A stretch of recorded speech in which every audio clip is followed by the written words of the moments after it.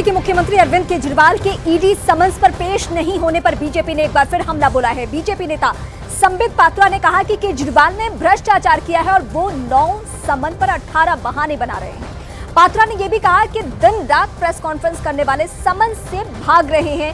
BJP का अरविंद केजरीवाल पर बड़ा हमला, मामला कोर्ट भी पहुंचा। कोर्ट के एक्शन के बावजूद अरविंद केजरीवाल पर अभी तक कोई असर नहीं। 9 समन्स के बावजूद वो नहीं पहुंचे हैं। संबित पात्रा ने आज एक के बाद एक सवाल पूछे हैं। केजरीवाल रंग बदलने में माहिर है, ये कहा है संबित पात्रा ने। इसके अलावा भी कई बड़ी बातें। कत्ल किया है केजरीवाल जी ने हजारों करोड़ों लोगों के विश्वास का। कत्ल किया है केजरीवाल जी ने सच्चाई का।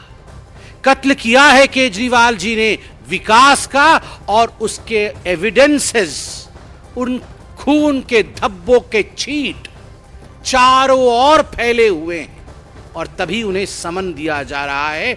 उन छींट के कुछ धब्बे आज हम आपको यहां दिखाएंगे, उनके झूठ के पुलिंदे आपके सामने आज हम खोलेंगे। आप जान के आश्चर्यचकित हो जाएंगे, 9 समन 18 बहाने। 9 समन 18 बहाने। इससे पहले ईडी के केजरीवाल पर 100 करोड़ के आरोप का आम आदमी पार्टी नेता आदित्य ने जवाब दिया। उन्होंने कहा कि 100 करोड़ की दलील ईडी की सुप्रीम कोर्ट में भी दी गई थी, जिसे कोर्ट ने खारिज कर दिया है।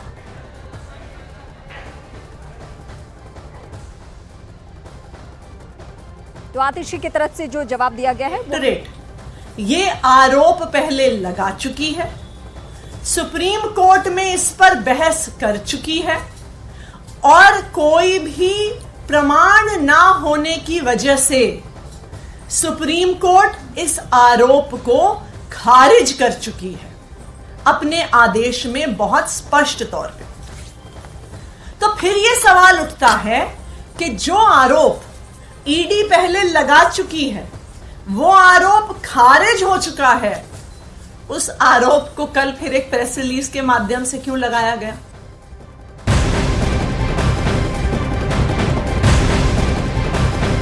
दिल्ली आबकारी घोटाले में दिल्ली के सीएम अरविंद केजरीवाल का नाम भी जुड़ चुका है। ईडी ने अपनी जांच में बड़ा पर्दाफाश करते हुए तेलंगाना के पूर्व सीएम केसीआर की बेटी के कविता के साथ केजरीवाल का नाम भी जोड़ दिया। ईडी ने के कविता और केजरीवाल समेत आम आदमी पार्टी के कई नेताओं पर मिलकर साजिश रचने का आरोप लगाया है। साथ ही के कविता पर आपको 100 करोड़ की रिश्वत देने का भी आरोप लग रहा है। आबकारी घोटाला मामले में ईडी ने केजरीवाल को 21 मार्च को पूछताछ के लिए बुलाया है।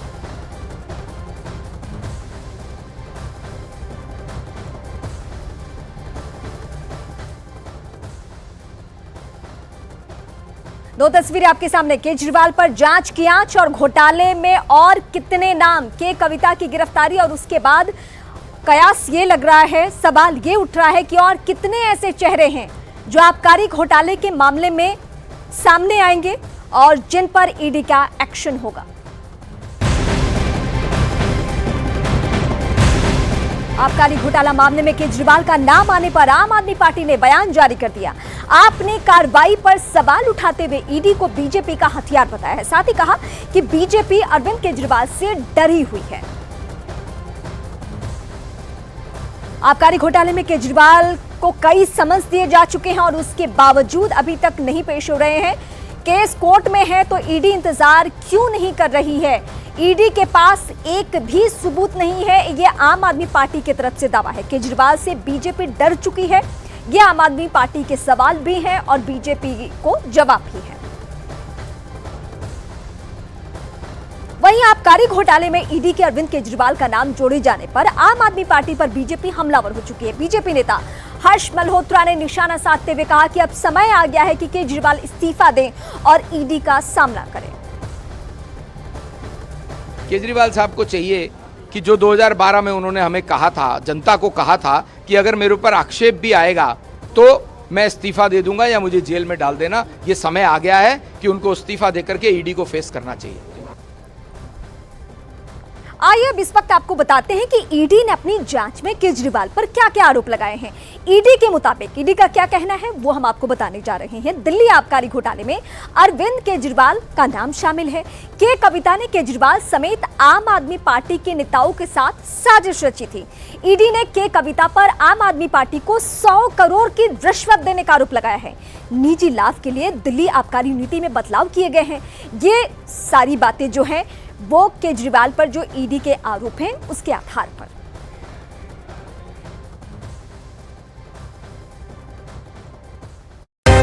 बाद हाजीपुर रामविलास पासवान का गढ़ बन गया, या यूं कहें कि हाजीपुर को रामविलास पासवान के नाम से जाना गया। 1977 और 1989 में तो उन्होंने वहां से बम्पर वोटों से जीतने का विश्व रिकॉर्ड भी बनाया था। लेकिन ऐसा नहीं था कि रामविलास पासवान हमेशा हाजीपुर से जीते। वो वहां 2 बार चुनाव हारे भी थे। 2009 में हाजीपुर में मिली हार ने तो उन्हें इस कदर तोड़ दिया था कि वो एक जनसभा में रो पड़े थे और मंच पर खड़े होकर हाजीपुर की जनता से माफी मांगी थी। रामविलास पासवान की ये जनसभा हाजीपुर के मीनापुर में हुई थी। 2009 के लोकसभा चुनाव में रामविलास पासवान हाजीपुर में हार गए थे और इसके बाद हुई एक रैली के दौरान उनके आंसू छलक गए थे। लेकिन हारने के बाद भी उन्होंने खुद को हाजीपुर से जोड़े रखा और चुनाव के नतीजे आने के बाद वहां एक बड़ी रैली भी की और उस रैली में नम आंखों से लोगों से कहा था कि बच्चे से गलती हो जाती है तो थप्पड़ मार देना चाहिए, लेकिन इतनी बड़ी सजा नहीं देनी चाहिए। और सियासत के मौसम वैज्ञानिक कहे जाने वाले रामविलास पासवान से जुड़ा ये किस्सा खूब चर्चा में था, क्योंकि भले ही वो 2009 में चुनाव हार गए थे, लेकिन उसी हाजीपुर सीट पर 2014 का लोकसभा चुनाव जीतकर उन्होंने वापसी कर ली थी। इसके बाद रामविलास पासवान ने एक बार फिर हाजीपुर का रुख किया और 10 में 8 बार हाजीपुर से चुनाव जीते। 1984 और 2009 में जब वो हाजीपुर में चुनाव हारे थे तो उन्होंने अपना चुनाव का कार्यालय बदला था और इसीलिए उनकी हार के बाद उनके चुनाव कार्यालय के बारे में भी खूब बात हुई थी, क्योंकि 1977 में रामविलास पासवान ने हाजीपुर के डाक बंगला के पास इंदु भूषण ठाकुर के घर पर अपना चुनावी कार्यालय बनाया था। लेकिन 1984 और 2009 में रामविलास पासवान ने अपना चुनावी कार्यालय बदल दिया था और इन दोनों बार रामविलास पासवान चुनाव हार गए थे। इसके बाद इंदु भूषण ठाकुर के घर को रामविलास पासवान के लिए लकी माना जाने लगा था और खबरें थी कि खुद रामविलास पासवान भी ऐसा मानने लगे थे और वहीं पर अपना चुनावी कार्यालय बनाया था। यानी हाजीपुर से जीतने के लिए रामविलास पासवान हर मोर्चे पर काम करते थे और इस सीट पर उन्होंने 2 बार जीत का विश्व रिकॉर्ड बनाया था। दूसरी बार तो उन्होंने खुद का भी रिकॉर्ड तोड़ दिया था और हाजीपुर में उनके लिए धरती से गूंजे आसमान, हाजीपुर में रामविलास पासवान के नारे लगते थे। लेकिन उनके निधन के बाद हाजीपुर की सीट पर दावेदारी के लिए चिराग पासवान और पशुपति पारस में ऐसी जंग छिड़ी कि लोक जनशक्ति पार्टी ही टूट गई थी। बेटे ने हाजीपुर सीट पर यह कहकर दावा किया था कि ये सीट उनके पिता की है, जबकि भाई पशुपति पारस ने भी अपने भाई की सीट पर ही दावा ठोक दिया था। इस बीच बिहार में विपक्षी गठबंधन में सीट शेयरिंग पर सहमति बन गई। सूत्रों के हवाले से खबर है कि बिहार में विपक्षी गठबंधन के बीच सीटों के बंटवारे पर फॉर्मूला तय हो गया। खबर है कि बिहार की 40 लोकसभा सीटों में आरजेडी को 28, कांग्रेस को 9, सीपीएम को 2 और सीपीआई को 1 सीट मिल सकती है। सूत्रों के मुताबिक बेगूसराय और कटिहार इन 2 सीटों को लेकर पेच फंसा हुआ है। दिल्ली शराब घोटाला मामले में आरोपी तेलंगाना के पूर्व मुख्यमंत्री के चंद्रशेखर राव की बेटी के कविता ने सुप्रीम कोर्ट में एक याचिका दायर की। उन्होंने इस मामले में ईडी की गिरफ्तारी को चुनौती दी। पिछले हफ्ते ईडी की टीम ने हैदराबाद में उनके घर पर छापा मारा था। इसके बाद ईडी ने उन्हें गिरफ्तार कर लिया था। सूत्रों के हवाले से खबर है कि दिल्ली शराब घोटाला मामले में के कविता के साथ दिल्ली के मुख्यमंत्री अरविंद केजरीवाल का भी नाम जुड़ गया है। सूत्रों के मुताबिक